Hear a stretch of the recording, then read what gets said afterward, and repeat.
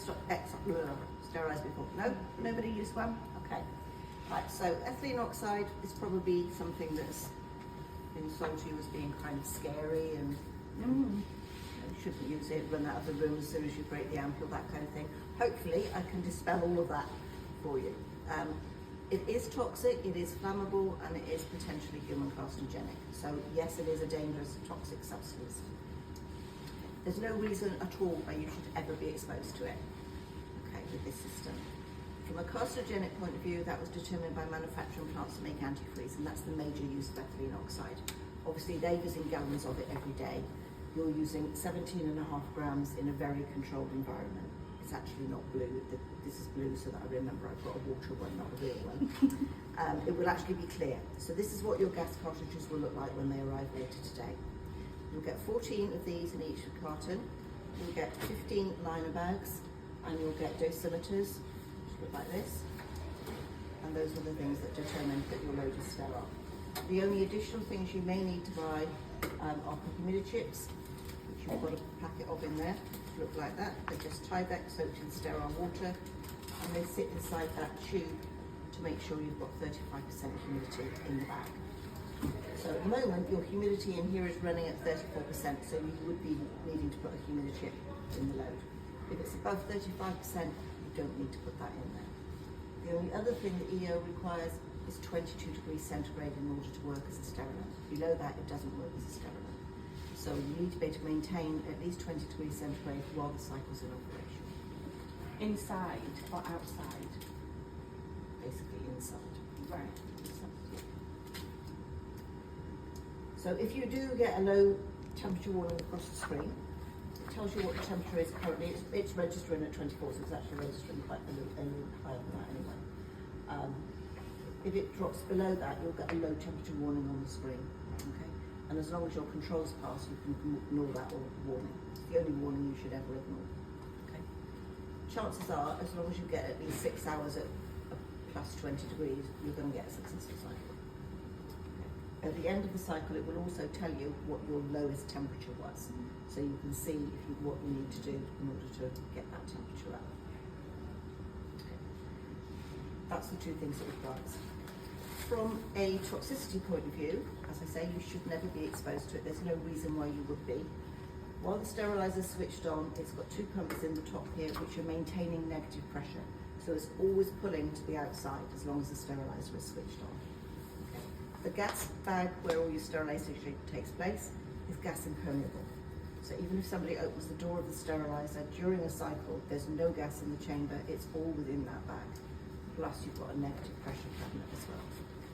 So in order to get exposed to ethylene oxide, really you'd have to put your head inside a bag during a cycle, which hopefully nobody's going to do. Or if you were to break ampules and not realise you've done it, you could start to get accumulation of ethylene oxide in the room.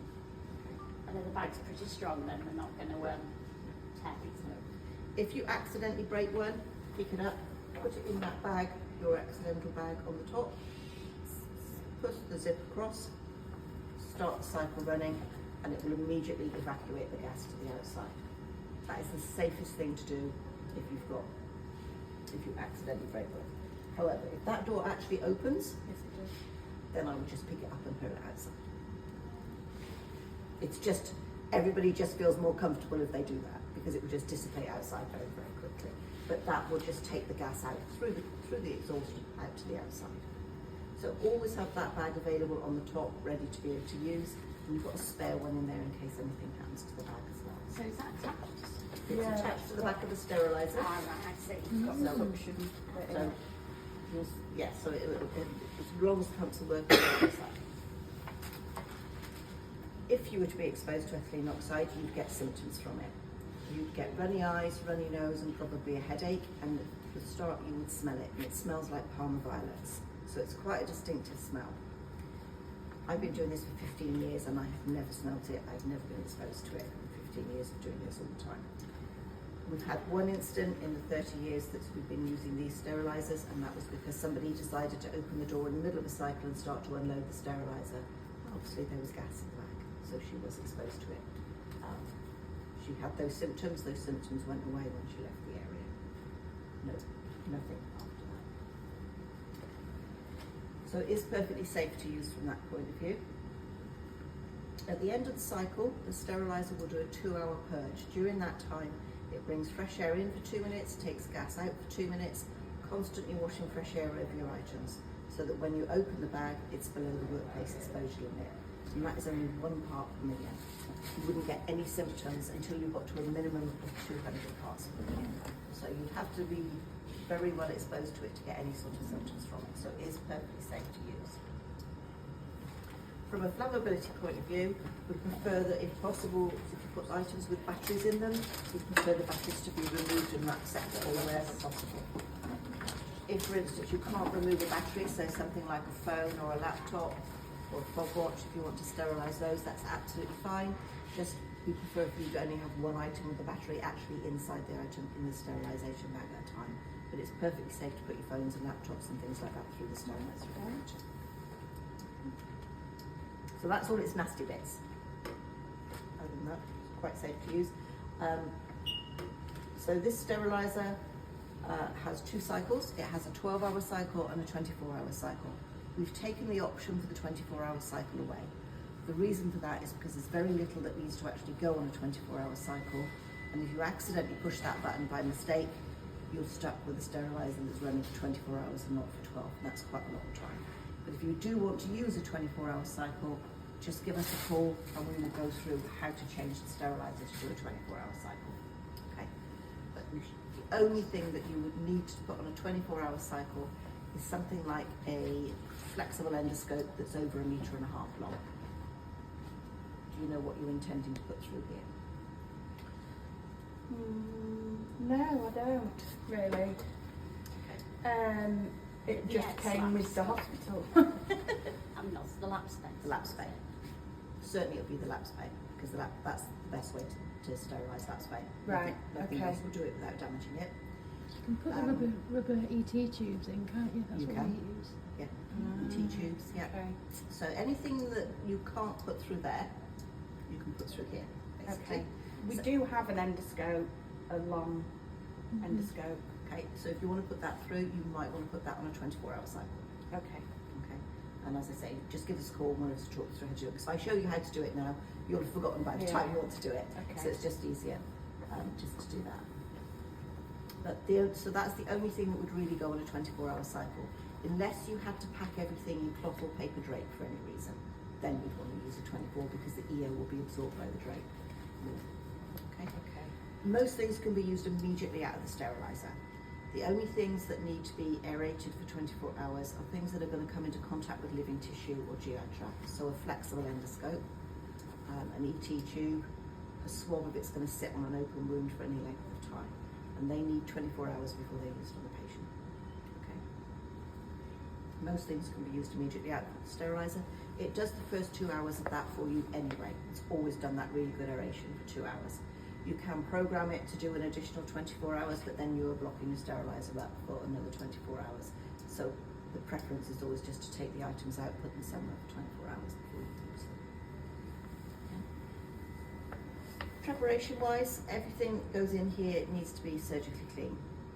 It won't clean anything, it literally just sterilise whatever you put in there. Drying-wise, because EO is soluble in water, towel dry, drain dry, use compressed air for long lengths of tubing. If you've got tubes with little bits of, odd little drops of water in them, that's not the end of the world, but try to have things as dry as you possibly can.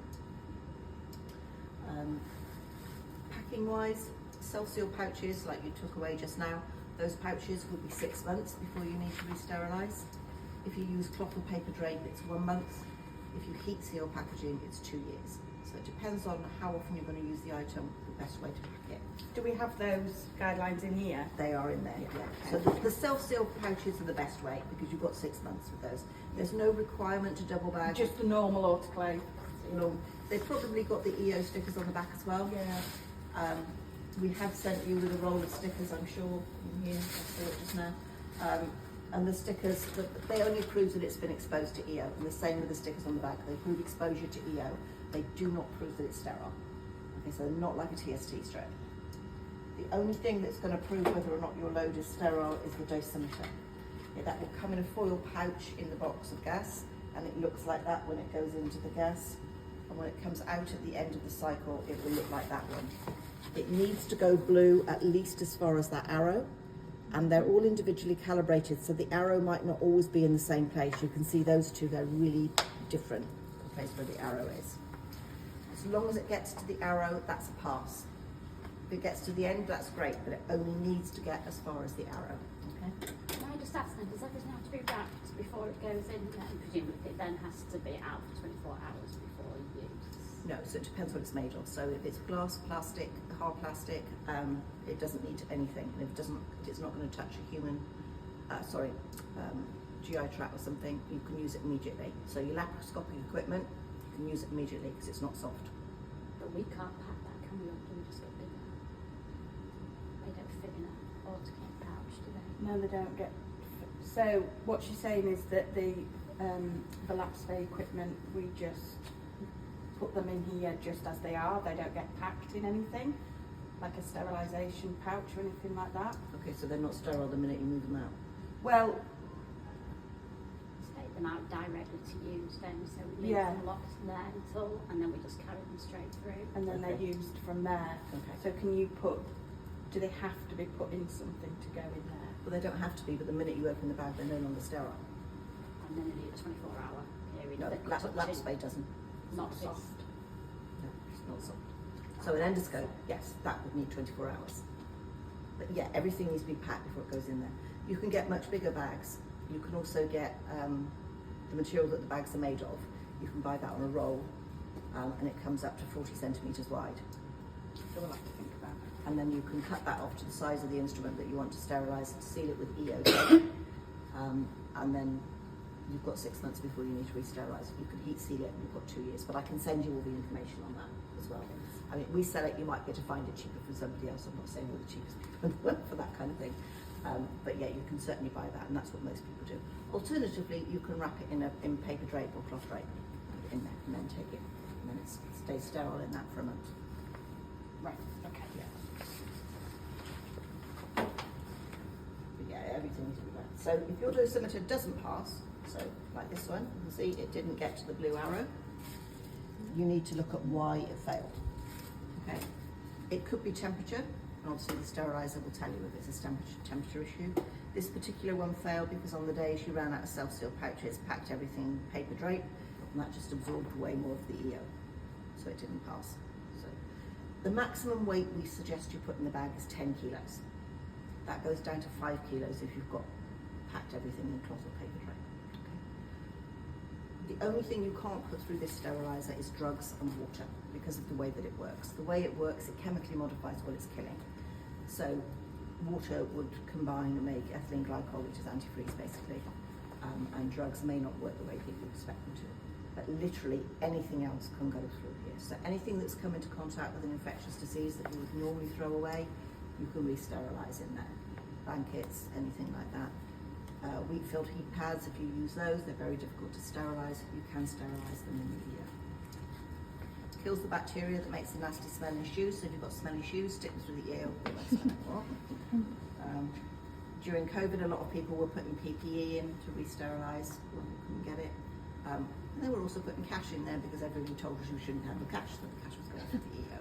So there's all sorts of things you can put through there, and as I say, it's quite safe to put battery items in there. Stethoscopes is a good thing to put through. Keyboards, anything like that can go through there quite happily. It costs you about £22 every time we run a cycle in here. Okay, these are costing you between £8 and £9 every time you run a cycle, and nobody thinks about how much these are costing you. They use massive amount of electricity. This uses hardly any electricity. All the cost is in that. You get about at least 3 times as much in here as you can get in one of those. So these actually work out a bit cheaper to run than one of those.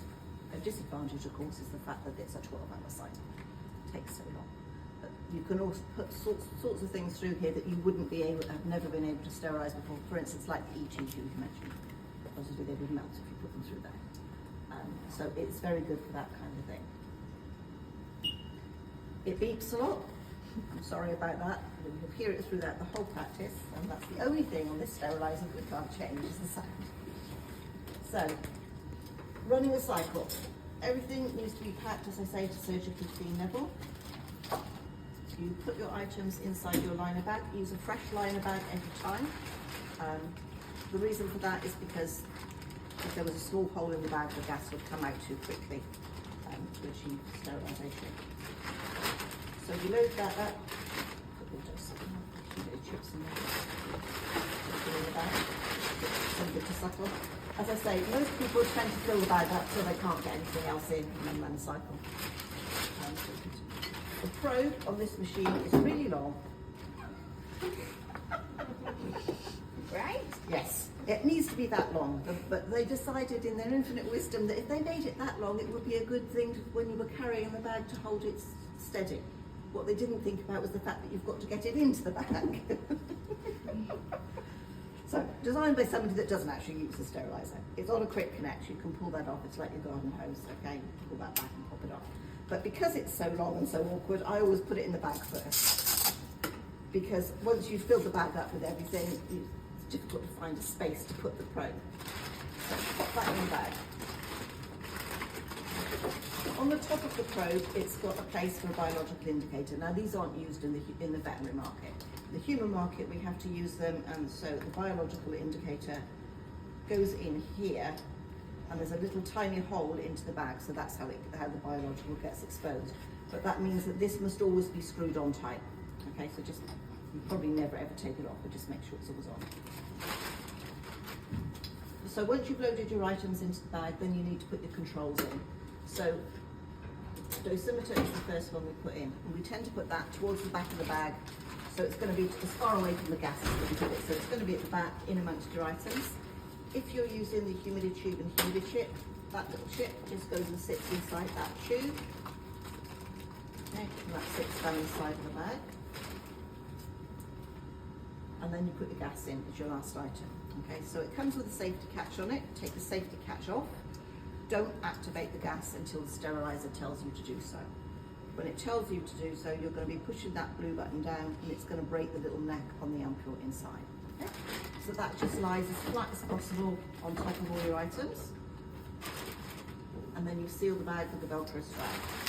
You get a fresh Velcro strap with every box of gas, so you will end up with loads of these Velcro straps everywhere.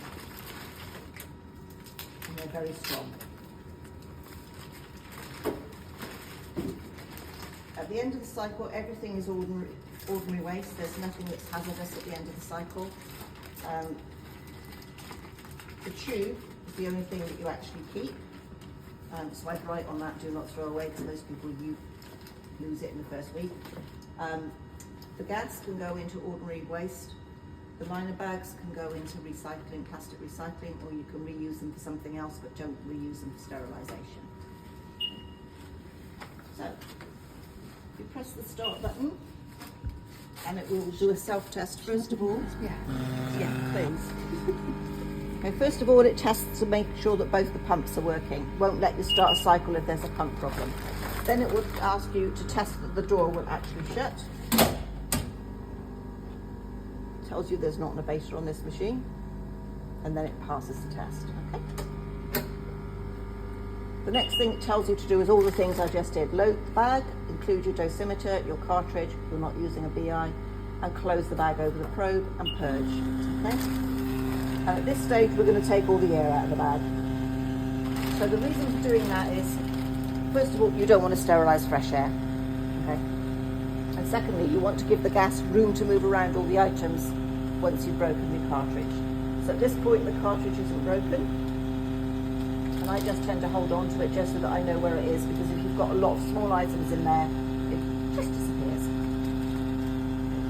It'll do that for 1.5 minutes, regardless of how much or how little is in the steriliser. And it even does that on the demo method.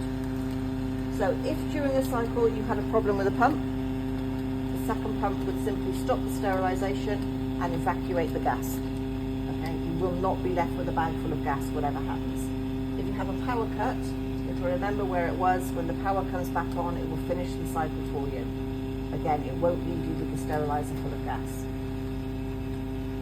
Any of those things happen, it will give you a red screen on there. If ever you get a red screen come up, that's some kind of warning. Other than the temperature one, always call us and we can talk you through what that warning is. All throughout the cycle, it will tell you what the current temperature is as well. So if I thought that I'd done something wrong here, if that bag hadn't done that, you see it does a very good purge. I've got an exit button. I can get out of the cycle, reseal the bag or whatever and start again. Once you've actually cracked the cartridge, you're committed to the cycle. So that's telling you it's going to do a 12-hour cycle with the 2 hours ventilation for your safety, your estimated completion time, and the current temperature. Okay, press continue. Now it's telling you to activate the cartridge. So you get hold of the cartridge, push it down hard. It'll be a click and a hiss. Close your door.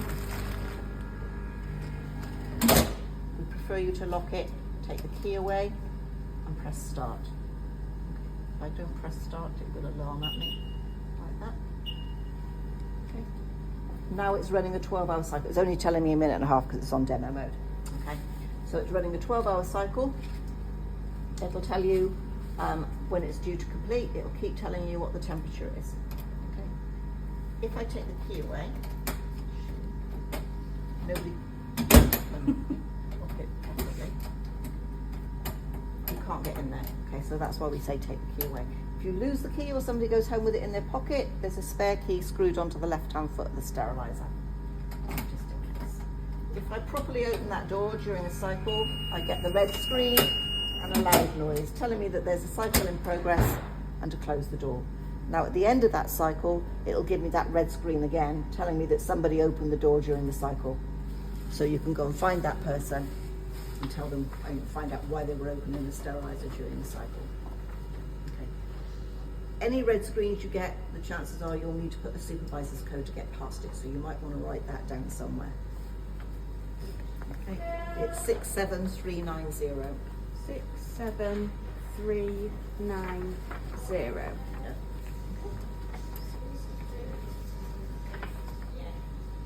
So once that's finished sterilising, once it tells you it's sterilising across the top, that will change it, say ventilating, and it'll start the 2 minutes of gas out, 2 minutes of fresh air in, which it does for 2 hours. Okay, but in actual fact, it takes 95% of the gas out in the first 2 minutes. So that's when it comes out. So now you could hear the back bit, it's ventilating the bag, and it's counting down. So we're going to do it for a minute and a half, just so that we can get through the demo and stuff. The exhaust is up there, the gas comes out there obviously above breathing height, so that when it comes out it's going out into the atmosphere. It's biodegradable and there's no restrictions on ethylene oxide into the atmosphere. A lot of people say, why don't you put it down near the ground? Well, the reason for that is because you're in a veterinary practice and you might be walking past the dog. So we prefer it to be up out of the way, so that's why you put it up there.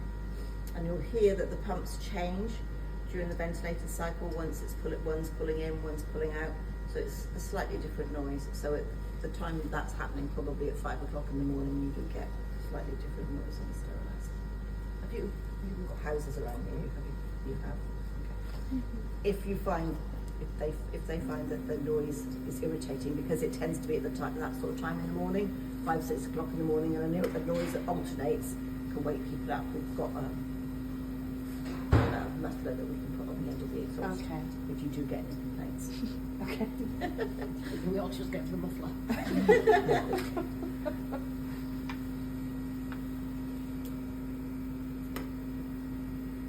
Okay, so once that's finished ventilating now, that will go into automatic aeration mode. So it will just keep doing extended aeration until you stop the steriliser. It will count up. So if you've got something in there that needed aeration and you come in and it says it's done 6 hours additional aeration, then you can take that off the 24 hours. Okay, so your cycle's now complete. So you can get your cycle data, press the button, and it will tell you which cycle it did, how much ventilation it did, additional aeration, and your lowest temperature, so you can see whether there's a problem.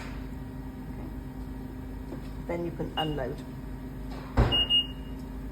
And it tells you exactly what to do. Unload the steriliser, read your dosimeter to make sure it's passed, and press exit.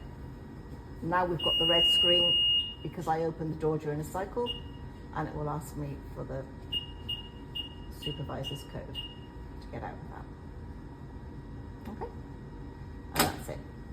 Simple as. So the first thing you do at the end of the cycle, open your bag and make sure that that dosimeter has passed.